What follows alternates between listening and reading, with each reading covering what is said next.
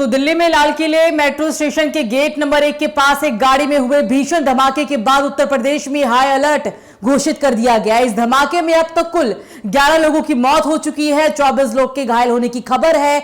Delhi police के special cell और NIA की टीम मौके पर लगातार जांच कर रही है। यह धमाका इतना तेज था कि आसपास खड़ी 5-6 गाड़ियों के परखच्चे उड़ गए। इस हाई इंटेंसिटी ब्लास्ट को देखते हुए नोएडा पुलिस शहर के भीड़भाड़ वाले इलाकों में सघन चेकिंग अभियान चला रही है ताकि किसी भी अप्रिय घटना को रोका जा सके। दिल्ली में हुए आतंकी हमले के बाद मुख्यमंत्री योगी आदित्यनाथ ने पूरे यूपी पुलिस को तुरंत सख्त निर्देश दे दिए हैं। सीएम योगी ने प्रदेश के प्रमुख स्थानों जैसे कि धार्मिक स्थलों, बाजारों और भीड़भाड़ वाले इलाकों में कड़ी निगरानी रखने का भी आदेश दिया है। दिल्ली के सभी संवेदनशील जिलों और सीमावर्ती स्थानों में पुलिस अधिकारियों को अलर्ट पर रहने को कहा गया है। लगातार निगरानी रखी जा रही है। मुख्यमंत्री ने सोशल मीडिया पर अफवाहों की सक्रिय मॉनिटरिंग के भी निर्देश दिए हैं। एडीजी कानून व्यवस्था अमिताभ यश ने कहा है कि डीजीपी ने सभी वरिष्ठ अधिकारियों को संवेदनशील धार्मिक स्थलों, संवेदनशील जिलों और सीमावर्ती क्षेत्रों में सुरक्षा बढ़ाने के भी निर्देश जारी किए हैं। दिल्ली से सटे होने के कारण नोएडा पुलिस विशेष रूप से लगातार हाई अलर्ट पर है और किसी भी अप्रिय घटना को रोकने के लिए एक व्यापक सुरक्षा व्यवस्था भी की गई है। शहर के सबसे पॉश इलाकों में से एक सेक्टर 18 में चेकिंग अभियान शुरू किया गया है। लगातार कल शाम से चेकिंग हो रही है। भारी पुलिस बल संदिग्ध वाहनों और लोगों को रोककर सघन चेकिंग कर रहा है। मेट्रो स्टेशन और उनके आसपास के इलाकों में पुलिस की गश्त भी बढ़ा दी गई है। पूरे शहर में सीसीटीवी के जरिए लगातार निगरानी रखी जा रही है। लाल किला मेट्रो स्टेशन के पास ये जोरदार धमाका शाम को करीब आपको बता दें कि 6:55 पर हुआ था। धमाके के बाद अफरा तफरी का माहौल बना हुआ है और आसपास की स्ट्रीट लाइटें भी टूटी हुई है। धमाके में मरने वालों की संख्या 11 पहुंच चुकी है, जबकि 24 से भी ज्यादा लोग घायल हैं। मृतकों के शवों को लोक नारायण जयप्रकाश अस्पताल याली की LNJP ले जाया गया। दिल्ली पुलिस के स्पेशल सेल के साथ साथ एनआईए की टीम मौके पर पहुंचकर जांच में जुटी हुई है। सुरक्षा और जांच को देखते हुए चांदनी चौक मार्केट एसोसिएशन के अध्यक्ष संजय भार्गवा ने मंगलवार को बाजार बंद रखने का भी फैसला किया। प्रधानमंत्री नरेंद्र मोदी ने इस स्थिति का जायजा भी लिया और गृह मंत्री अमित शाह से फोन पर बात कर जांच और सुरक्षा उपायों का अपडेट भी मांगा। इस पूरी घटना की जानकारी दिल्ली पुलिस के कमिश्नर सतीश गोलछा ने देश के गृह मंत्री अमित शाह को फोन पर दी। गृह मंत्री की पूरी घटना पर लगातार नजर बनी हुई है। गृह मंत्रालय ने जांच के आदेश भी जारी किए हैं। प्रधानमंत्री नरेंद्र मोदी ने अमित शाह से इस धमाके को लेकर जानकारी भी मांगी थी। इस बीच अमित शाह ने कहा था कि धमाका एक Hyundai i20 कार में हुआ। ये शाम को उनकी तरफ से स्टेटमेंट आया। इस कार में कुल 3 लोग सवार थे। कार के पिछले हिस्से में धमाका हुआ था। गृह मंत्री अमित शाह खुद अस्पताल भी पहुंचे थे। दिल्ली में धमाके के बाद उत्तर प्रदेश के सभी बड़े धार्मिक स्थलों की सुरक्षा बढ़ाने की एडवाइजरी जारी है। दिल्ली के इस धमाके पर पूरी देश की निगाहें टिकी हुई है।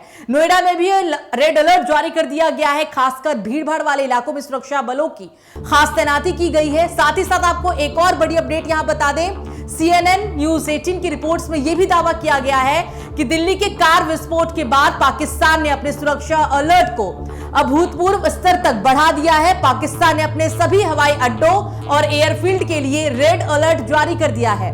पाकिस्तान ने भारत की ओर से सैन्य कार्रवाई और सीमा पर तनाव बढ़ने के आदेश के चलते ये कदम उठाया है।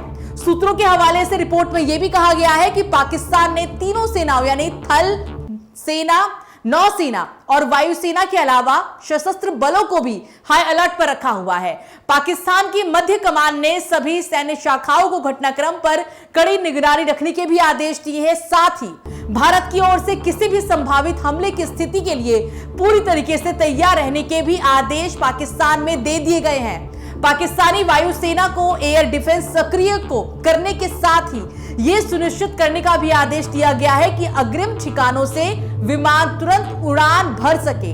इसके अलावा 11 नवंबर से 12 नवंबर तक एयरमैन को नोटिस यानी कि नोटम जारी किया गया है, जो तनावपूर्ण सीमा क्षेत्र में हवाई यातायात प्रतिबंधों और सुरक्षा प्रोटोकॉल में वृद्धि का संकेत देता है। चलिए अब हम आपको यूपी के 7 ऐसे जिले दिखाते हैं जहां पर सबसे ज्यादा हाई अलर्ट है।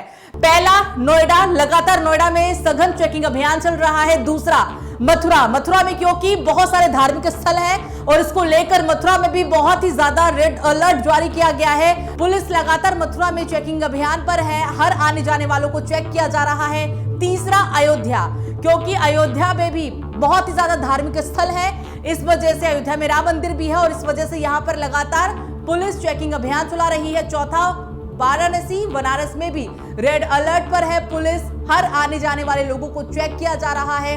पांचवा बदायूं, छठा अलीगढ़ में भी लगातार पुलिस का चेकिंग अभियान चल रहा है। देश में पूरी हर जगह पर रेड अलर्ट है, लेकिन यूपी के 7 जिले ऐसे हैं क्योंकि जो नोएडा है वो दिल्ली से सटा हुआ है, इसलिए नोएडा में लगातार पुलिस की तरफ से चेकिंग अभियान चलाया जा रहा है। मेट्रो स्टेशन, भीड़भाड़ वाले इलाके जहां पर भी हैं, पुलिस किसी भी तरह से कोई भी ढिलाई के मूड में नहीं दिख रही है। साथ ही आपको बता दें कि मध्य प्रदेश, राजस्थान, महाराष्ट्र, गुजरात, ये ऐसे राज्य जहां पर पुलिस की तरफ से लगातार सघन चेकिंग अभियान चलाया जा रहा है। पूरे देश में इस वक्त रेड अलर्ट है, क्योंकि जो कल शाम को धमाका हुआ उसके बाद कहीं ना कहीं कयास लगाए जा रहे हैं कि ये एक बहुत बड़ा आतंकी हमला हो सकता है। हालांकि अभी तक किसी भी तरह से अधिकारी की कोई पुष्टि नहीं आई है, किसी ने किसी तरह की कोई जिम्मेदारी भी नहीं ली है किसी भी आतंकी संगठन ने कि ये धमाका किसने कराया। लेकिन अब तक जो सोर्सेस की रिपोर्ट से खबर आ रही है वो हो सकता है कि ये एक बहुत बड़ा